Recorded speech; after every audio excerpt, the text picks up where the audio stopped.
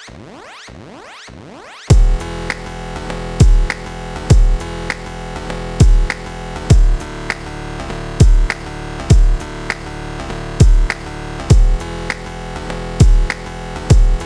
guys, welcome to the Pondering Nerdcast, sponsored by Gaming Rebellion. This is episode 10 of our nice little show here. And, with me tonight is Nate Rowe. Yo. And Alyssa Spector. Hi guys. And I am, of course, Lance John, the maniac. I think the spinning logo behind us is modeled off my hair, because I'm trying to get some spikes going, but it's not really working very well for me right now. But yeah, just trying to get some spikes going. Just you're gonna be Black Goku. Goku. Is that what you're going for? Yes. Just so I could just go into random stores and just yell it's like what are you doing? I'm powering up, man. Leave me alone. It's but yeah. Anyway, let's start off with our first topic of the evening. I would say the biggest topic of the evening. It's Fallout 4, and if you have played any of the Fallout games, and you're a big fan of it, then this is probably a big treat for anybody who is a big fan of this particular franchise. Because last week when we were talking on the show about our E3 coverage that we did, the pre-coverage I should say, we mentioned that Bethesda will be presenting for the first time in E3 history to us, the masses, and they just recently just dropped a trailer, and it was like, here you go, 3 minutes of fun. And I was like, shit. Yeah, it was really interesting the way that they did it, because they said that the day before they put up this website that was like a 24-hour countdown to something, and we could only assume it was going to be Fallout. Obviously, it had the please stand by and kind of the static ETV type deal, and then the next day I'm thinking, I was thinking in my head that we're going to get a 30-second little teaser that's something to the effect of, we'll hear the old music in the background, we might have some dark, ominous voice saying something, but maybe we'll see a shot of the wasteland, but nothing. This was 3 minutes of solid, in-game footage, and that really got my hopes up for it, at least for it being way more ready than we might have thought. A few days ago, a week ago, if you had asked me, they're going to announce Fallout 4 when you think the date's going to be, I would have put it off way into the following of next year, you know what I mean? Right, yeah. But with that much gameplay being shown, it's rumored that we could possibly see that in 2015. So that's what's got me so excited right there. And there's so many discussions I see happening around the trailer alone. There are a half an hour breakdown of the trailer. This means this, that means that, and Easter eggs and all this other stuff. People are very excited about this, and it definitely, I feel like Bethesda co-opted E3 in a way, and just boom, here you go, we're first to the party. And I was like, Jesus. But it actually makes me more excited, because now I really want to see what else they're going to talk about at E3. They're showing us this, and I believe there's a pre-order. You can actually pre-order the game now for, I think, all the consoles, right? If I'm not mistaken. I couldn't even tell you. I haven't been on PlayStation Store, but I would assume that very soon, if you can pre-order it right now, there's really no point, because you don't have a date to it. Right. If you go and pre-order it right now, well, as of today, which is Thursday, this won't go up till Monday, but once that pre-order date gets set, at least you can have a better gauge of how long your money is going to be tied up for. Yeah, I would strongly urge no one to pre-order something that is so far off we have no idea. Right. Because there is no other information in the game besides just some, really good scenery. I would say, this is a really big bump in the graphics too, a huge bump. Because the other ones wasn't bad, but it just looks so much more vibrant and colorful and just interesting. The entirety of it all just looks really good, and this looks like in-game. This is in-game engine, if I'm not mistaken, right? What they're showing off. Yeah, everything with the Fallout 4 as far as we know, I mean, we can only assume that it's all in-game engine. It's definitely not quality enough to be some CGI crazy trailer, you know what I mean? So Right. my take on it is it's all in-game engine, and if it is all in-game engine, kind of like I said, you know, that's a way better it's a way better gauge as to a timetable that we're going to see on it. And like I said, I'm really thinking it's going to be 2015. So You think it's gonna drop this year?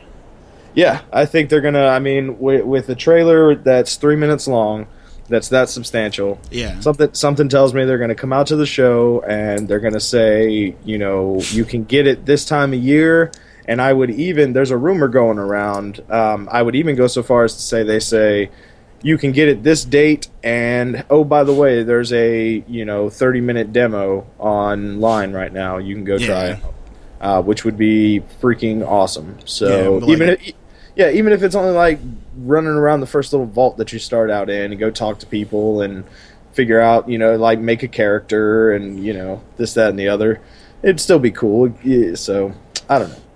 That would be cool. Like, and it'd be cool if you could create your character and like when you actually get the game, you can take that character into the game. Like it's like something substantial. Actually, well, I will go ahead and say the trend in the gaming industry is that usually never happens. Usually, and I can just say from recently, like with Destiny, and there was another game that it did that to me as well. But yeah, with Destiny specifically, I played alpha and beta.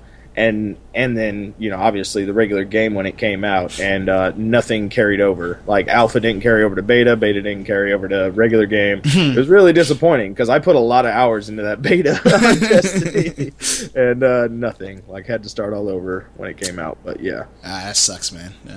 I'd still be fun to play, though. Like, that demo, I'd still be happy to play 30 minutes and then have to redo it later on. That'd be man, listen, I'm going to get it on PC if there's a demo, and also Xbox, just like, and then like streaming boat and just do comparison or some nonsense or whatever. But then again, it's just a demo, so it doesn't really make no sense to do a comparison for that type of for a demo, because it's not the final product. Demos are just slices of games that they just happen to have ready for public testing. You know what I mean? So yeah. Well, hopefully it does come out this year. But speaking of a game that I would say some people I know I've been waiting for it. The creator of what's the name of the damn game? Can't remember now. I'm blurring a blank. The guy with the blue suit and he shoots things out his hands? Mega Man. Yeah. I see. Mighty Number 9? Yeah, Mighty Number 9. Now, the guy who created it, I do not remember his name. I think it's Kenji Infui. I could be wrong about that. Do not quote me on that, please. But yeah, he left a company that published Mega Man and struck that on his own to create Mighty Number 9, and he did that through Kickstarter, which was very successfully funded. And finally, there's a trailer with gameplay and an actually announced date for the game itself, and you can pre-order it on Steam for $20 right now, which is, I think, awesome. And the trailer itself is about 1 minute and 20 seconds long. It does show you, substantial gameplay. It looks a lot like what we remember in Mega Man. There's really no big difference besides like a graphical bump in everything. It looks pretty good though. Like the trailer itself, I think they released a 720p 60 frame per second one, so it looks really smooth, very nice. And it has the same mechanics of you destroy the enemy, you get their power in some way, and then you go and you fight the next person and blah blah blah and stuff like that. So it definitely is all that. Have you guys heard about Mighty Number 9 or even care like it's even around? I've heard of it. It looks fun, but yeah, when I first saw it, I said, "Oh, it's just looks like Mega Man." Well, yeah, it's a successor to Mega Man, but a hyped up version of Mega Man. Yeah, definitely. Like I remember when this Kickstarter first came out, and when this guy first started trying to get pledges, like he hit his pledge goal quick, like really quick, Yeah. because people wanted to see, you know, an updated version of Mega Man, but something that wasn't Mega Man, basically. Right. And I think this is like, I'm not even into 2D side scrollers, but this one looks fun. It looks fun. Like it looks like they took all the mechanics of Mega Man that I'm sure that difficulty is probably still going to be there, at least in doses. You know, but they added all this flashiness, all this 100 points, 100 points, 100 points, and, you know, and then, you know, all the big explosions and all this, you know, so yeah, like, it looks awesome. Like, as somebody who doesn't even play 2D games, it looks like it could be great. Like, that looks like it. Do we know what consoles that's coming to? Because, is it just Steam? It doesn't, like, from what I understand, I think they say it's supposed to come out for all consoles under the independent umbrella. So I'm guessing you'll be able to download it through any store, you know? Okay. Because it's I was thinking, you know, that would be an awesome 3DS game. If they oh could, my god, yes, it would. Yeah, definitely. I wonder if they would even be able to put like a 3D value to it, or whatever. It would look awesome in 3D. I think, cool. Yeah, because, you know, I'm happy that he was able to actually get this like funded as quick as it did, and now he actually is delivering on it, and you'll be able to get your game when it comes out now. I never really checked out the Kickstarter itself. I knew about it, but I just figured I'd just wait, and then I'll just, you know, and hope it got funded, so it didn't need any money from me. So I'll just wait till it comes out, then give more money. And I have to be honest, like it's now that we live in the day and age where we can do DLC, even though I'm somebody that I hate to hear about DLC for a game that before a game comes out or whatever, but this one would actually be kind of cool because it would be like Mega Man, but he'd be able to add another 9 bosses later on down the road or whatever. You know what I mean? Right, like yeah. He can add more content later if he wanted to. I don't know if he has plans to do that or not, but that's pretty cool. I just thought about that. Right. I'm sorry, so I didn't mean to cut you off. No, it's fine. Yeah. It's funny when you read the comments about this though. Everybody's complaining that they wish it was sprite based and not 3D. What? Come on, man. Okay, I don't have a problem with sprites, and you know, but I get tired of those games very quickly when I'm playing them. They're not visually appealing for me. Like, and I don't see the point of me having a souped up computer or even like a PS4 or Xbox One that can do all this crazy amazing shit, and it's like, oh, 16-bit, awesome, yay. Well, to be fair, it has to go with like the art design. You know, it has to go with the art direction they're going for. Like I loved Odin Sphere, and that was like 2D with, I guess, sprites and it looked fantastic. It, like I said, it has to do with, you know, the gameplay and the art direction that they're going with. I think he specifically wanted to make this game look more up to date. He wanted to make a Mega Man, but like I said, it's not Mega Man, but it's something that's current, it's up to date, you know what I mean, the graphic wise at least, you know what I mean. I think he wanted to make something that was more universal nowadays, you know what I mean. Okay. I don't know. Hey, I mean, no, I was just saying, like, some sprite work can be really freaking fantastic. Like, have you ever heard of Paul Robertson, the sprite artist? He did the animations for the Scott Pilgrim video game. Oh, really? Okay. Yeah. Well, that was actually very well done. Check out his work. It's got amazing stuff on there. So yeah, some sprite stuff can be pretty freaking awesome. But you know, like I said, it depends on the direction of the game that they're going for. So. Yeah. I mean, I get you. I see what you're saying. But anywho, Mighty Number 9, September 15th. You know, if you got 20 bones, drop it, get it. You know, whatever makes you happy. But moving on to our next topic here. This one is Dark Souls 3, an E3 reveal rumored that, you know, will be coming out here. Do you know, what do you know about this, Nate? See, you know, I was kind of even hesitant to put this as a topic because it's like a rumor that we might hear another rumor. Right. You know what I mean? Like, it's basically what it is. But I'm just such a fan of the series after playing, and I'm a late bloomer. Like, I still have not played Demon Souls or Dark Souls. And I'm sure anybody that has played that and is listening to this is like, "What? You didn't play the best games? What?" And I didn't play it either. Yeah, I haven't played it. You know what I mean? But I played Bloodborne, and I actually played Bloodborne first, and then I played Dark Souls 2 after the remastered came out on PS4 or whatever. And I loved them. In fact, I loved Dark Souls more than I liked Bloodborne. I felt there were a lot more options in Dark Souls 2 as far as being able to really make a character different. Like, I felt in Bloodborne it was kind of, didn't really matter where your stats went. It was all slash, slash, slash, and then you would shoot your gun to stun somebody. And, I mean, I'm sure by now people have been able to make some different builds, maybe with some magic and stuff, but right. I don't know. I felt like Dark Souls 2 was way... Anyway, all that aside, it just got me really excited because Dark Souls 3 comes out. I mean, there's a huge, huge following for the Souls games. So, I mean, this is going to be... Like, Bloodborne was not a predecessor to, Dark Souls. Like, it has nothing to do with that. So this one is going to be a direct... threequel, I guess you could say. Right, yeah. I mean? So, yeah. I'm happy. I'm excited. Yeah, I mean, if this does come to pass, I'd be interested to see what they have to say. I've always been intrigued by that series. I've never touched it because it just looks ridiculously hard, and I don't feel like breaking a keyboard or chucking a controller right now. And but I do enjoy really difficult games.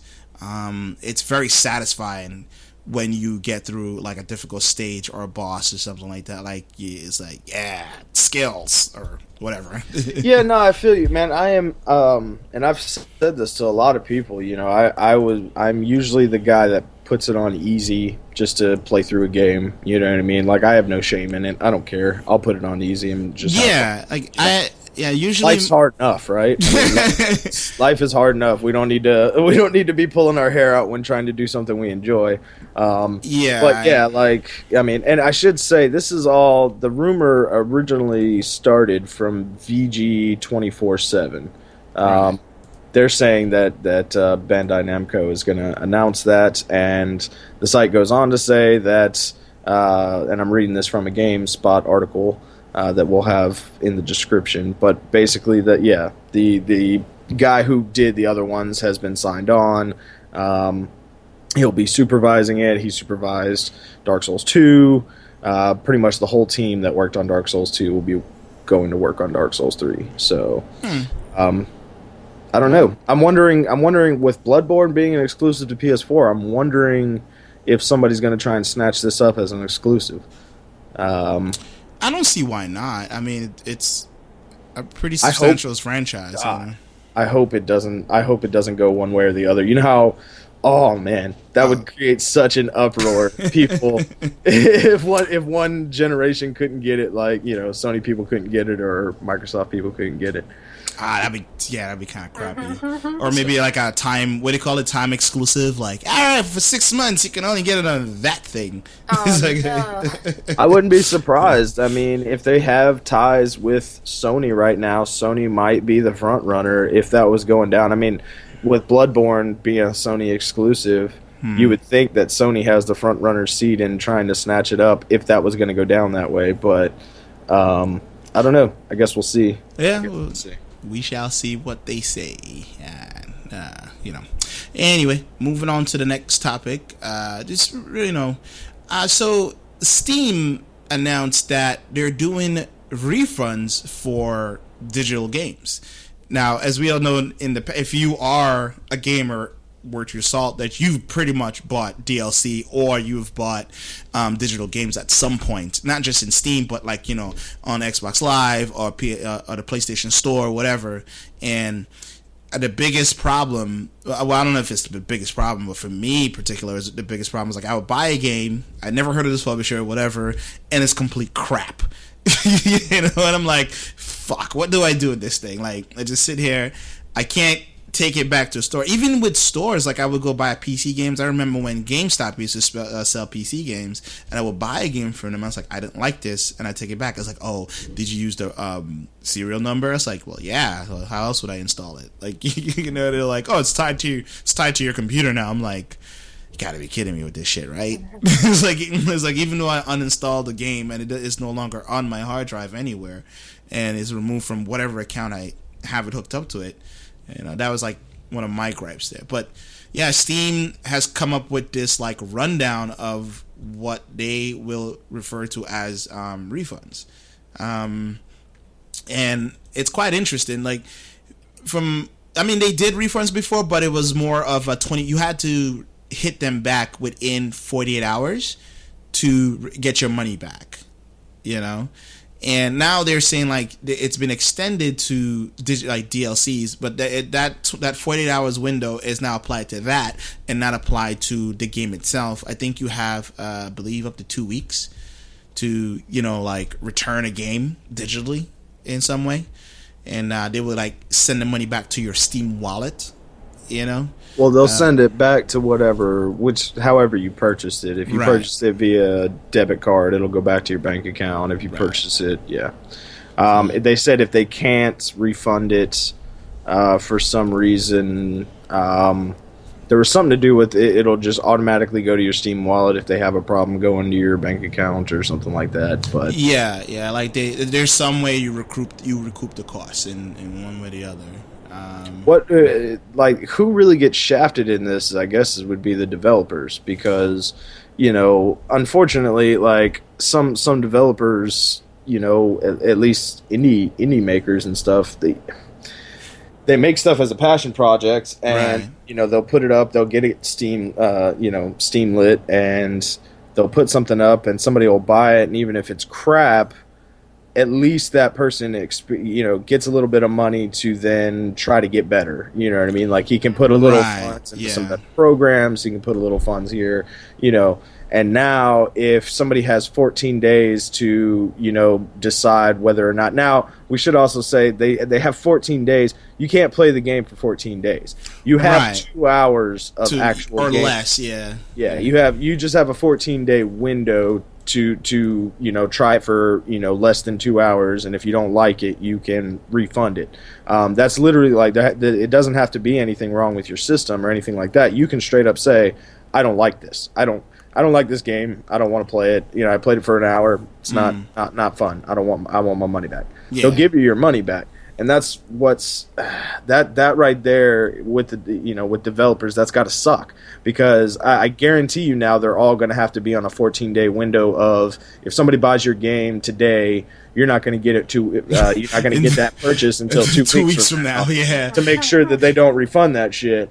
And even then, later down the road, you're still going to have to worry about. I'm sure, because there's going to be some kind of refund shit after the 2 week shit that is going to come up. I mean, it just seems like it's going to put a whole much more on developers. It might not. I mean, there might be. I'm sure the guys at Steam are way smarter than I am, so maybe they already thought all this through, and there's shit that I haven't seen. But yeah, I would hope that they actually had a sit down with the people who create games for their platform to people to purchase. I mean, as a buyer, it's like I'm excited. I wouldn't say I'm excited. I like that I have that option. And I actually rarely use it, like where I would refund a digital game that I bought on Steam, because usually I do a lot of research and I actually look at gameplay and I just make sure I know what I'm buying. But I think it's a good option to have, but it's kind of sucky for the developers, like Nate said. What do you think, Alyssa, about like digital refunds? I mean, I like the idea that the option's out there, because there's been times where I'll buy a game and I'll be like, I actually don't want to buy this one. Can I just transfer and get a different game? Like, I'm talking about like maybe on like the eShop on the Wii or the 3DS. They're like, no, even if you delete the game, you could just re-download it. Like, I want to get a different game, but like a trade-in, yeah. Yeah, like a trade, but I can understand, like, like you were saying, Nate, about indie developers. It's be terrible for like that 14-day, window that you can probably beat the game in that time. And be like, okay, I beat it. Now I'm gonna return it, and get my money back to buy a different game. But yeah, well, I mean, I guess that's why they put that 2 hour thing in there because they were like, because I mean Steam keeps track of like how long you play each game individually. Like if you go through your library, it'll tell you how many hours you played this, blah blah blah. And I like that they give you 2 hours. Me personally, because I have a really crappy computer, and so sometimes I'll buy games, and when I go to play it, I got to go mess with settings, and even that, sometimes it's still super laggy, and I just can't, you know what I mean? It's just no fun. And I remember with Witcher 2, if I go click on it now, I forget, I believe it's like an hour and 17 minutes. All that hour and 17 minutes was trying to get it to work. Oh, wow. So that's why I'm saying, like, the 2 hour thing is kind of cool with me, because that's at least, like, if I hit an hour and a half of trying to get your game to work and it don't work, yeah, I'm sorry, I want my money back. You know what I mean? And so I'm it kind of sucks that I didn't know you could do that. Like the 48-hour thing, I didn't know that applied back in the day. Otherwise, I probably would have done that on a couple games just because my hardware sucks. But I think it's cool. I like the option. I'm glad that it's there. I'm kind of with y'all that, even though I don't think I would use it all the time, because I also, if I don't think my computer will run it, I just don't get it. Right. Even some older games, my computer has a little bit harder time. Yeah. So yeah. Anyway, I'm with y'all. I don't think I'd use it all the time, but I'm for it. I like the option being there if you need it. I should also mention, like, they do, like, at the end of the list here of the stuff that they list of what they can refund. Like there are some movies you can buy on Steam, which it's a little weird, I know, but it's like they do have like a section where it's like little videos and stuff you can buy. They don't refund that. If you've been caught by like an anti-cheat system in a game, you can't refund the game. And also, you can't refund because you can buy a game and gift it to a friend of yours on Steam. You can't refund those either. And also, if they feel that you're abusing the refund system, they will actually stop offering the refund to you, like refunds to you. So it's like, those are the stipulations under that. But everything else is like, DLC, the game itself. It's a pretty cool concept. Hopefully the rest of because I don't think Xbox Live and PlayStation Store does that, right? Like you can't refund digital no goods. In fact, at least on PlayStation, I can't vouch for Xbox because I don't have one right now, but for PlayStation, they are very straight up about all purchases are final, motherfucker. Right? It's like, well, you don't like it. Oh well. Buy it. Better love it because we're stuck with it. And that's another thing I wanted to say was I'm glad to see something of this nature, at least because Steam is always the forerunner. It's like Steam does something and then the consoles will follow suit maybe a year later or something. And so I'm hoping that we see some sort of, like, I would love a fucking trade system. Like if they let you once a year, you can take a used game that you don't want and trade it for something of equal value compared to what it's worth on the store. You know what I'm I like that idea a lot. That would be so fucking awesome, right? That'd be super cool. That'd be super cool. Yeah, but I see why they can't, because that's an exchange of licenses, and then somebody's got to get paid for something, and So I get it why there's a barrier, but. Yeah. At least this is small steps. This is baby steps towards what we'd like to see digitally in the future. So.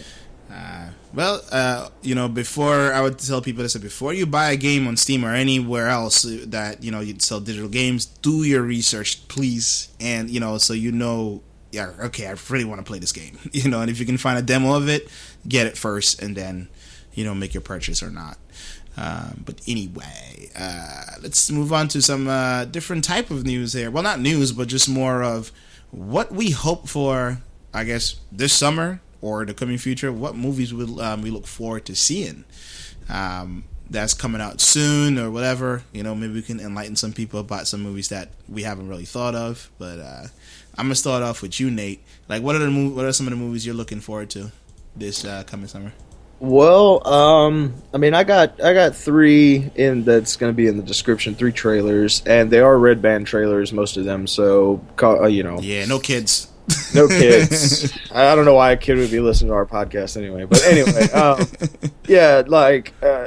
I saw the trailer for American Ultra, is what it was called, and when I first read that headline, the name of that movie, I didn't even know what to expect, For some reason, I pictured like Hulk Hogan with a bald eagle on his, on his shoulder, an American flag in the background. You know what I'm saying, or something. But it's actually a movie about this stoner guy who works at a gas station. He's like this regular old guy, Jesse Eisenberg, who's going to play Lex Luthor. So I guess anyway, he is a sleeper agent for like the FBI or CIA or something, and somebody activates him and he becomes all badass out of nowhere. And so it looked really cool. The Ted 2 looks awesome. I love Ted. The first one was great. So it'll be cool to see Ted 2. Can he keep up with the humor, and the rate of the first one? Who knows? I guess that remains to be seen. But and then a free one that actually anybody that can watch Crackle, Joe Dirt 2 is coming out, and that one's going to be completely free if you own something that can stream. Have the app, the Crackle app on it. Yeah, you can watch Joe Dirt 2 in July, mid-July, I believe. So his wig in this one looks much more ridiculous than the first one, but I still love it. It's funny, right? Because he's gotten older, you know what I mean? But he's trying to play the same character and around the same time frame. And I think actually in this one, you see it in the trailer, he actually like goes back in time, right, and stuff like that. So it looks like, I mean, it's probably gonna be. They do bring back in the trailer. I don't know if it's actually in that one. I hope it is. Maybe at the end, they do actually bring Christopher Walken back. Yeah. If you remember, if you remember in the first one, he's this ex-mafia guy, right? Well, in this one, like when he goes back in time, he's still in the mafia. So like he's still this crazy killer dude, and anyway, he's having like this serious conversation with Joe Dirt and scaring the shit out of him, and it looks. It looks good, man. I'm gonna watch it just for that. You know what I mean? Like, I doubt it's gonna get really, really good laughs. I doubt it's gonna be like a holy shit, you got to go see this movie. Like, I doubt it's gonna be, because otherwise it'd be in theaters, not Crackle. Right? It is a bit of like straight to stream kind of, but it's cool. It'll still have its chuckles. It'll still have its fucking Joe Dirt humor and shit. So yeah. If you like the first one, you'll probably at least get a kick out of the second one. You know what I mean? Yeah, I love the first one. I thought it was freaking hilarious movie, in my opinion. And I look forward to this one as well. I do have a Roku lying around here, so I have Crackle on it, so I'll be able to watch it. Well, let's say, what are movies that you're looking forward to coming up?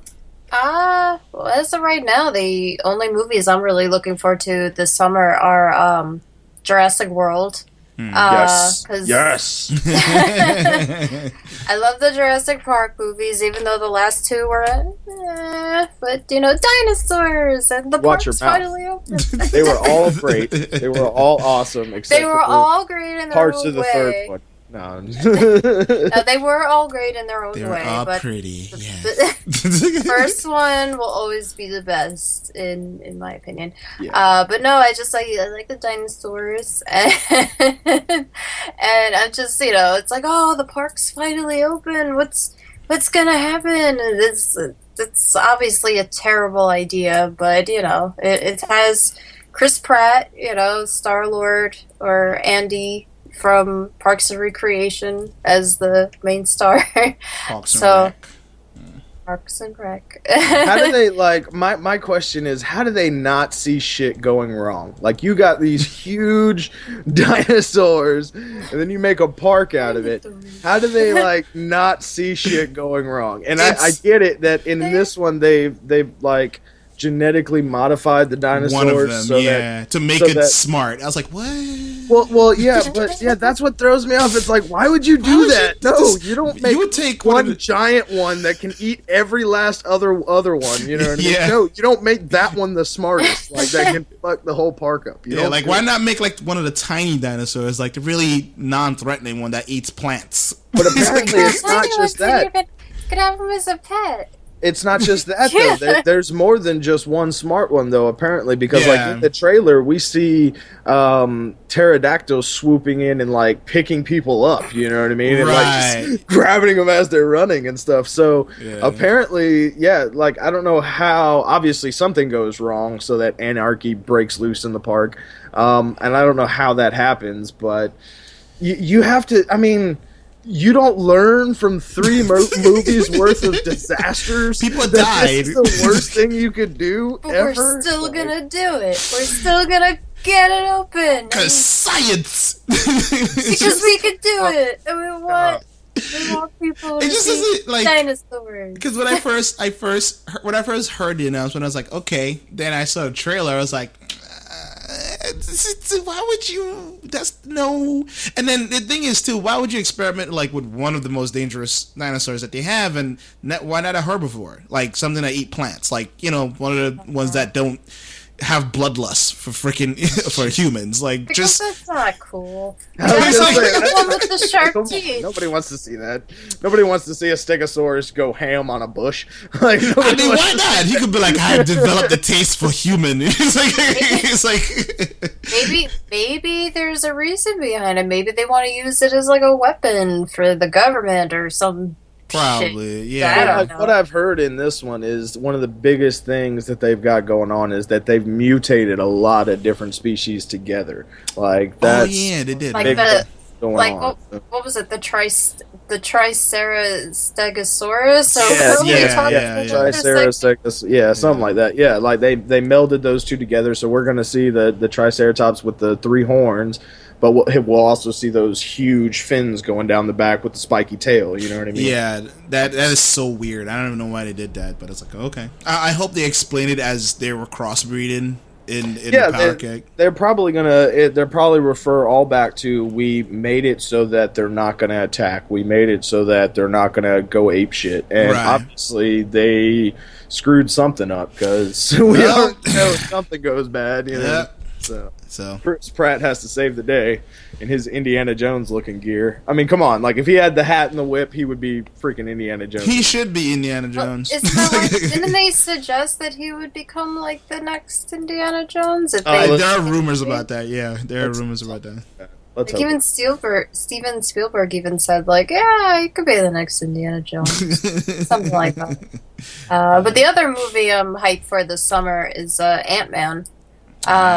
Which I believe is coming out pretty soon, but I'm just excited for that because I like all the Marvel movies and the whole cinematic universe. And I hope that one is just like Guardians of the Galaxy, where I know nothing about it, so I hope it surprises the crap out of me. I barely know anything about this particular Ant-Man. Like I only know about like Hank Pym. I don't really. I don't know about this guy. I just find it funny that Paul Rudd is the main star in this movie. It's like, first Chris Pratt from Parks and Recreation, and now we have Paul Rudd. Like these, unlikely stars. These goofy, comedy, comedy stars that just now they're become action stars. So I'm hoping like Ant-Man follows the same, is in like the same. It has the same feel as like Guardians of the Galaxy, that it's just ridiculous and over the top and just fun. That would be like an opportune time to poke fun at Honey, We Shrunk the Kids. We Shrunk Our Kids. Too. Or something. That would be awesome. Like if they made a reference to that in the movie, I just thought about that. But like, no, I'm totally with you. I think they have the opportunity to tell a story to people that is kind of abstract, and not a lot of people follow Ant-Man, and kind of like Guardians of the Galaxy. Guardians of the Galaxy. Nobody gave 2 shits about who Guardians of the Galaxy, unless you were an extreme comic book fan, obviously. Right. Nobody really knew who the hell Guardians of the Galaxy were until the movie came out, and it blew everybody's mind. Everybody was like, yes, this is like the goofy Star Wars that we all been wanting, you know what I mean? Yeah.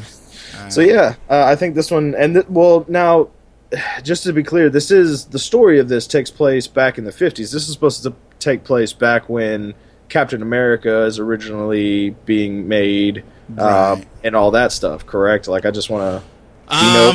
about that, Alyssa? I mean, in the trailer, they showed, like, Thomas the Tank Engine, so...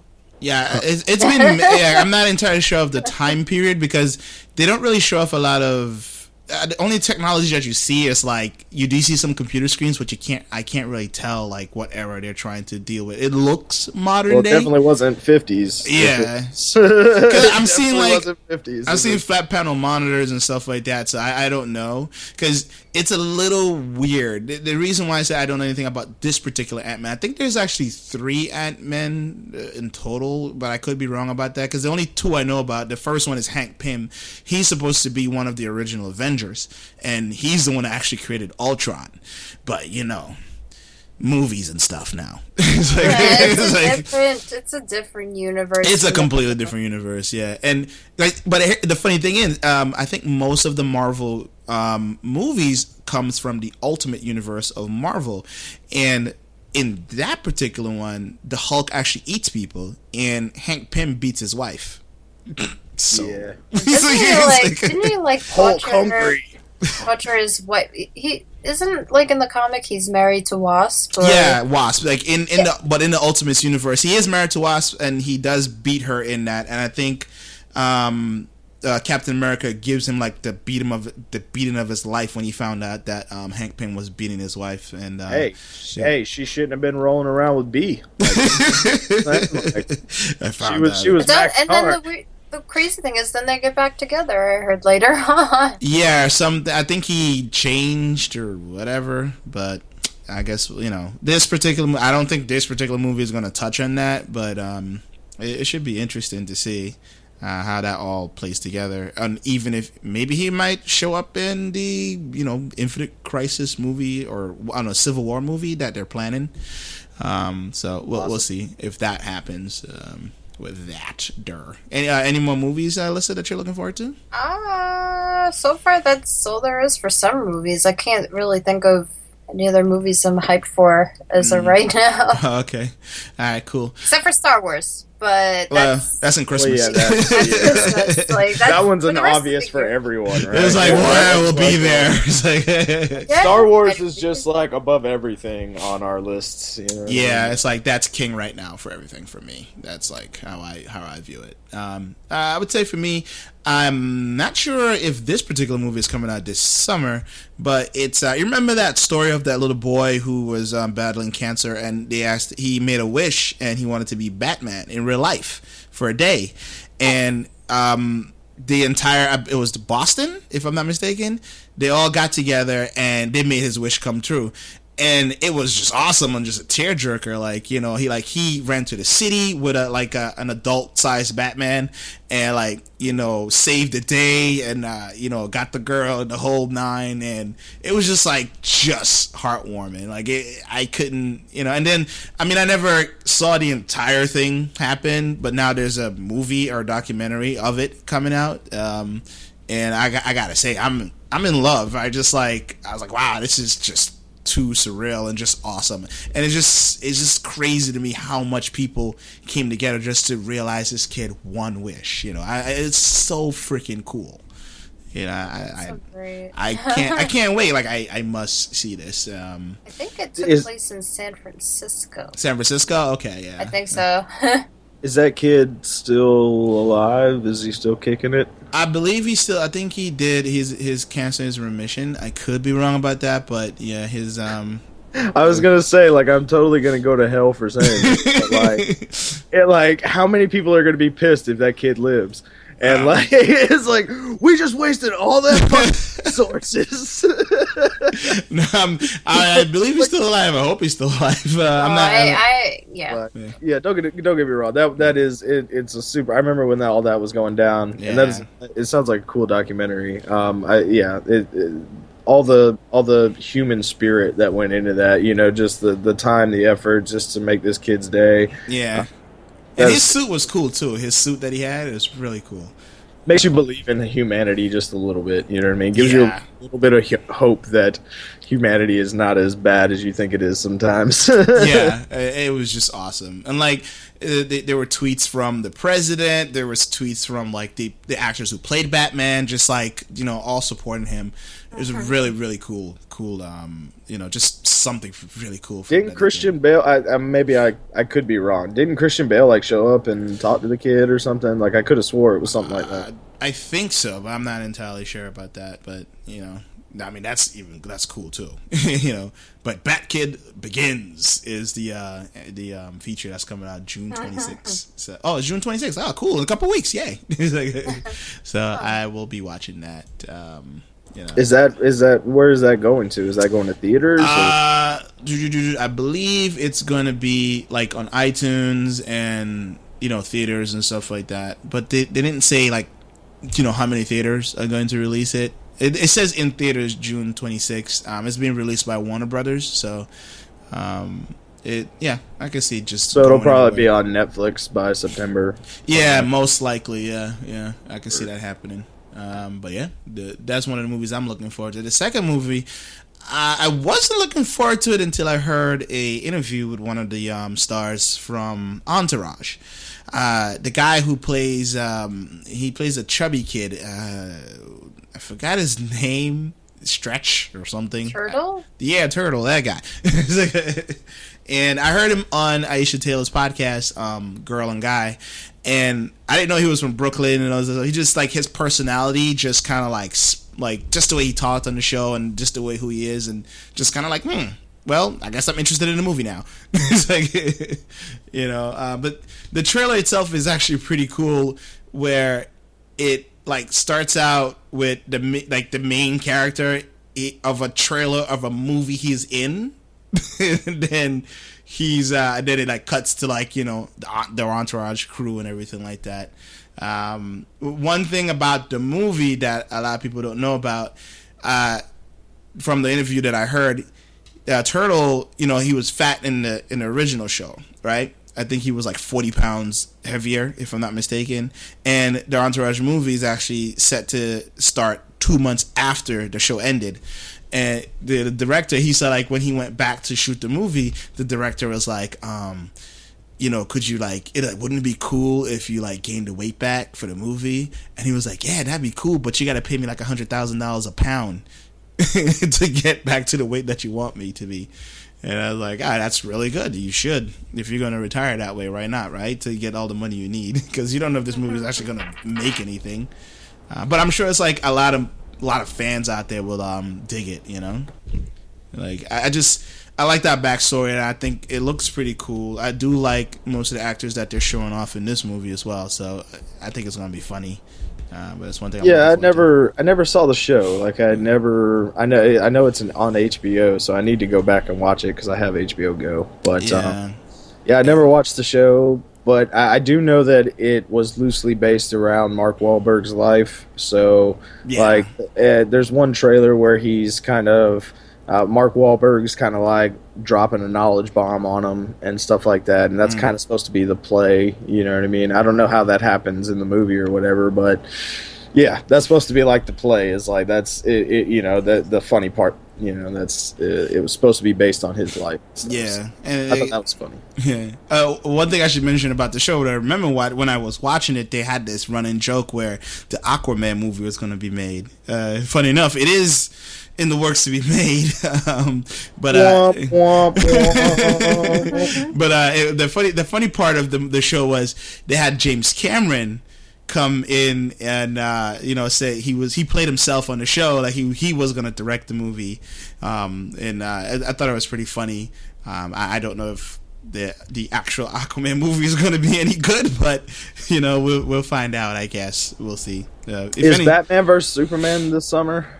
No, it's next summer or spring or something. I'm not. It's not 2015. I thought it was 2015. No, 2016. Yeah, it's just that people just won't shut up about it. Like, how dare they? Like, they're announcing movies 1 year away on the premise that this movie is going to do well. Right. And I honestly, at this point, I want to see them fall on their face. Like, I want Batman and Superman to come out and just be laughable.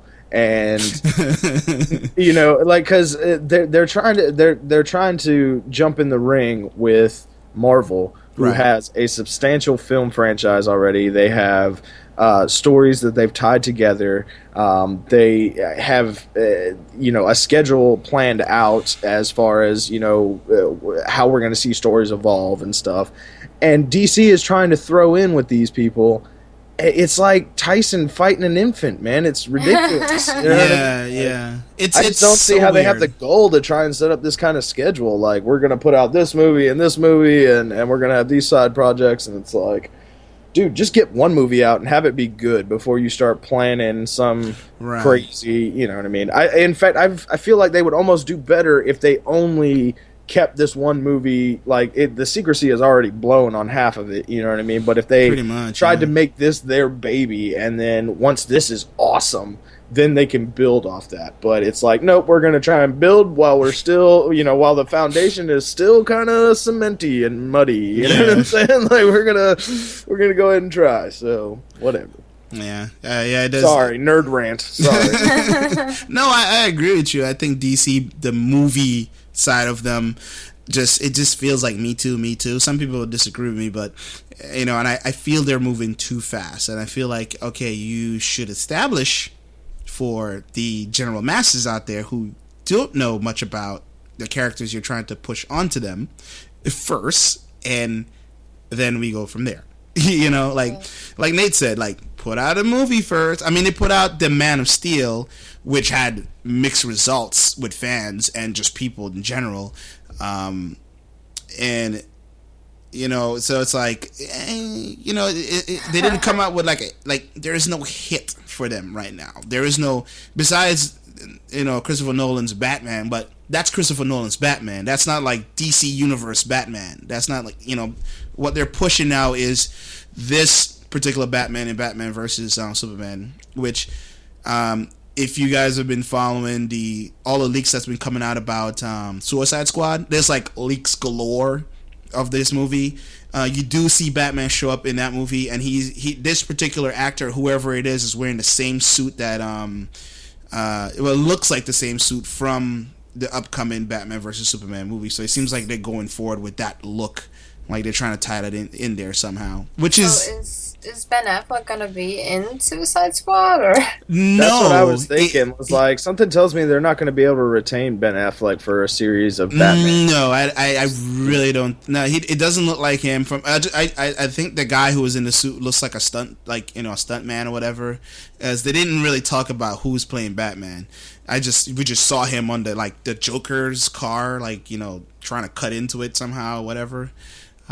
So I don't know how that's going to work, but like I said before, if you want to see a movie about the Suicide Squad or read about it, well, you know, if you want to see a movie, look for Attack on Arkham. It's actually really good. It's a DC animated movie, and it's actually pretty bloody, just really nice movie. You should check that out. It's actually very well done.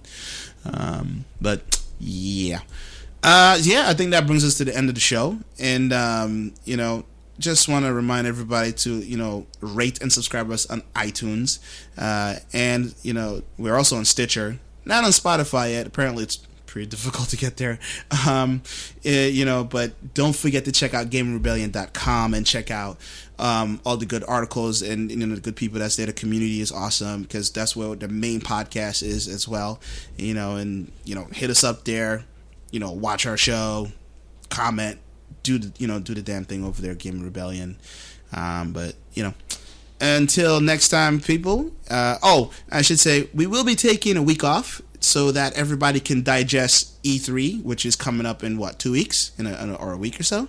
Yeah, it's not like this will go up on Monday, right, and then the following Monday is when E3 will be going on. So, right. Yeah. So yeah, we'll be off that week, so that way the next time we come back, we'll E3 again. Yeah, we'll probably be recording on a Thursday, so we won't be able to comment on what happens Friday, but we will be able to talk about, you know, everything. Right. all the goodness that's coming out of it. Yes.